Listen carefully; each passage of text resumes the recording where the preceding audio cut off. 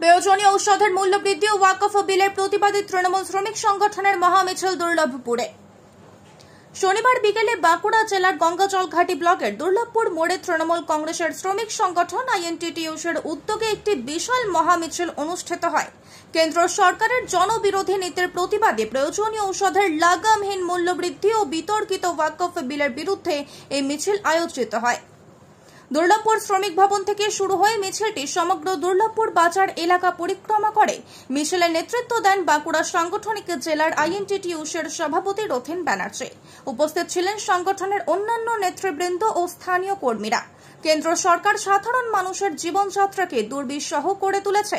প্রয়োজনীয় ঔষধের দাম এতটাই বেড়েছে যে গরিব মানুষ চিকিৎসা থেকে বঞ্চিত হচ্ছে বলে আওয়াজ ওঠে মিছিল থেকে। পাশাপাশি ওয়াকফ বিল এনে সংখ্যালঘু সম্প্রদায়ের অধিকারেও আঘাত হানা হচ্ছে বলেন। আগামী দিনে এই ধরনের জনবিরোধী সিদ্ধান্তের বিরুদ্ধে তৃণমূল কংগ্রেসের শ্রমিক সংগঠন জোরালো আন্দোলন গড়ে তোলার ডাক দেওয়া হয়। এদিনের এই মিছিলে তৃণমূল শ্রমিক সংগঠনের নেতাকর্মী সমর্থকদের উপস্থিতি ছিল চোখে পড়ার মতো।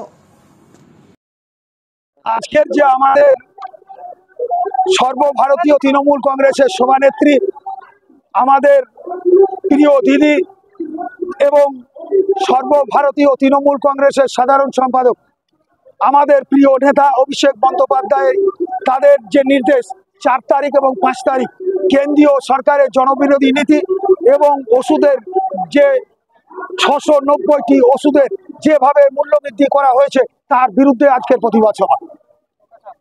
কোথা থেকে শুরু হয়েছিল এবং কত মানুষের শ্রমিক ভবন থেকে শুরু হয়ে সমগ্র বাজার দুর্লভপুর বাজার ঘুরে আবার শ্রমিক ভবনে এসে শেষ হয়েছে।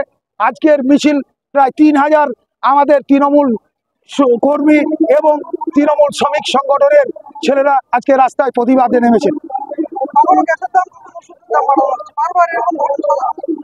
শুধু গ্যাসের দাম ওষুধের দাম না, কেন্দ্রীয় সরকার সমস্ত কিছু জিনিসের দাম, পেট্রোল থেকে ডিজেল থেকে গ্যাসের দাম থেকে নিত্য প্রয়োজনীয় জিনিসের দাম থেকে সমস্ত কিছুই দিনের পর দিন বাড়িয়ে যাচ্ছেন। এবং আমাদের যে রাষ্ট্রায়ত্ত সংস্থাগুলো ছিল সেই সংস্থাগুলোকে পর্যন্ত বিক্রি করে দেওয়া হচ্ছে। রেলের মতন লাভজনক সংস্থাকে বিক্রি করে দেওয়া হচ্ছে, প্ল্যাটফর্মকে বিক্রি করে দেওয়া হচ্ছে, এয়ার ইন্ডিয়াকে বিক্রি করে দেওয়া হচ্ছে। শ্রমিকদের পিএফ ন্যায্যতম পিএফ দেওয়া হচ্ছে না, প্রভিডেন্ট ফান্ডের টাকা দেওয়া হচ্ছে না। সমস্ত কিছুভাবে পশ্চিমবাংলাকে ছোট করার একটা প্রবণতা শুরু হয়েছে। এবং আপনারা দেখেছেন 2021 নির্বাচনে তারা হারার পর আমাদের 100 দিনের কাজ বন্ধ, গরিব মানুষের আবাস বন্ধ, সমস্ত কিছু।